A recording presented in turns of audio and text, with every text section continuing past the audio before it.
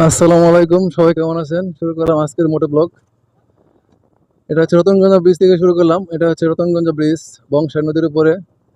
খুবই সুন্দর এই ব্রিজটি, ঠিক আছে? যারা দেখেন নাই চাইলে চলে আসতে পারেন। দেখেন কত সুন্দর রাস্তা, কত সুন্দর ভিউ। রাস্তাটি নতুন করা হয়েছে। এটা হচ্ছে এখন যাচ্ছি আমরা সখীপুরের দিকে, রতনগঞ্জ ব্রিজ থেকে। রতনগঞ্জটা পড়ছে আপনার হচ্ছে কালিহাতী থানার ভিতরে। তো বিকেলবেলা অনেকে এখানে ঘুরতে আসে। এখন অবশ্য সূর্যের আলো একটু কমে গেছে, ভিডিওটা এত পরিষ্কার হচ্ছে না।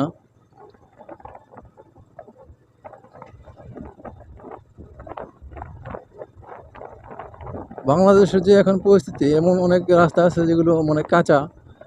আমাদের এলাকায় আছে, আমি মনে করি সবার এলাকায় এরকম কাঁচা রাস্তা আছে।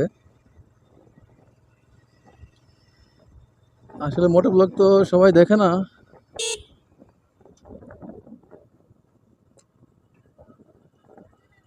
এই রাস্তাটি খুবই আঁকাবাঁকা।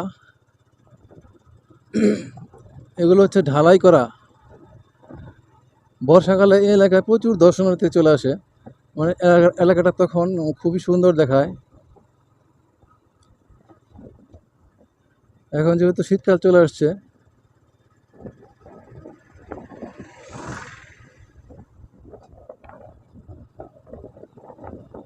তো এগুলো একটু পাহাড়ি পাহাড়ি এলাকা, এই জন্য এই রাস্তাগুলো পিচ ঢালার পরিবর্তে একবারে আরসিসি ঢালাই করা হয়েছে, যাতে রাস্তাগুলো না ভেঙে যায়।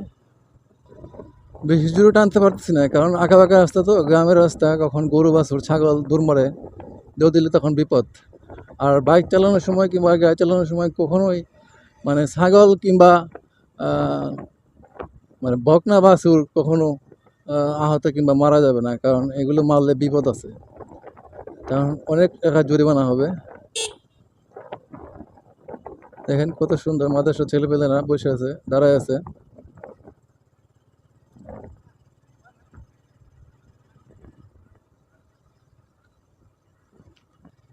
রাস্তার দুই পাশে আগুন জ্বালানো হয়েছে, জানি না কেন। রাস্তা শুধু পুরো বাঁক আর বাঁক, ঠিক আছে? দেখেন কত বাঁক একেবারে, এটাকে বলে অন্ধবাগ। এখানে ঝামেলা আছে।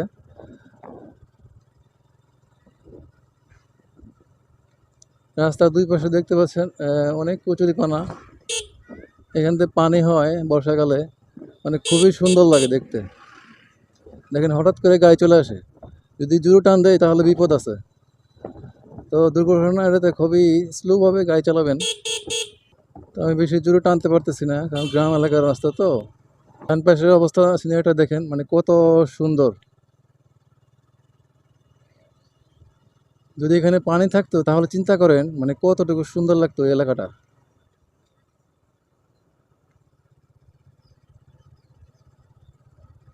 এই দেখেন সামনে বাঘ।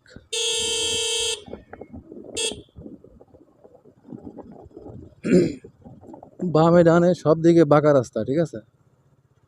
বাড়ি একেবারে এই যে দেখতেছেন রাস্তা, এই রাস্তার উপর দিয়ে পানি চলে আসে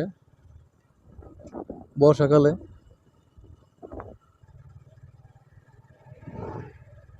দেখেন কত সুন্দর রাস্তা, বিকেলবেলার মনোরম পরিবেশ। যারা ঘুরতে ভালোবাসেন তারা এরকম রাস্তায় আসতে পারেন।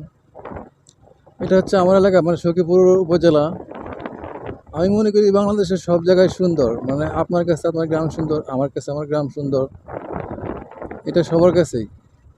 আমি যত জায়গায় ঘুরেছি সব জায়গায় দেখেছি যে মানে আমার গ্রামটা সবচেয়ে সুন্দর লাগে।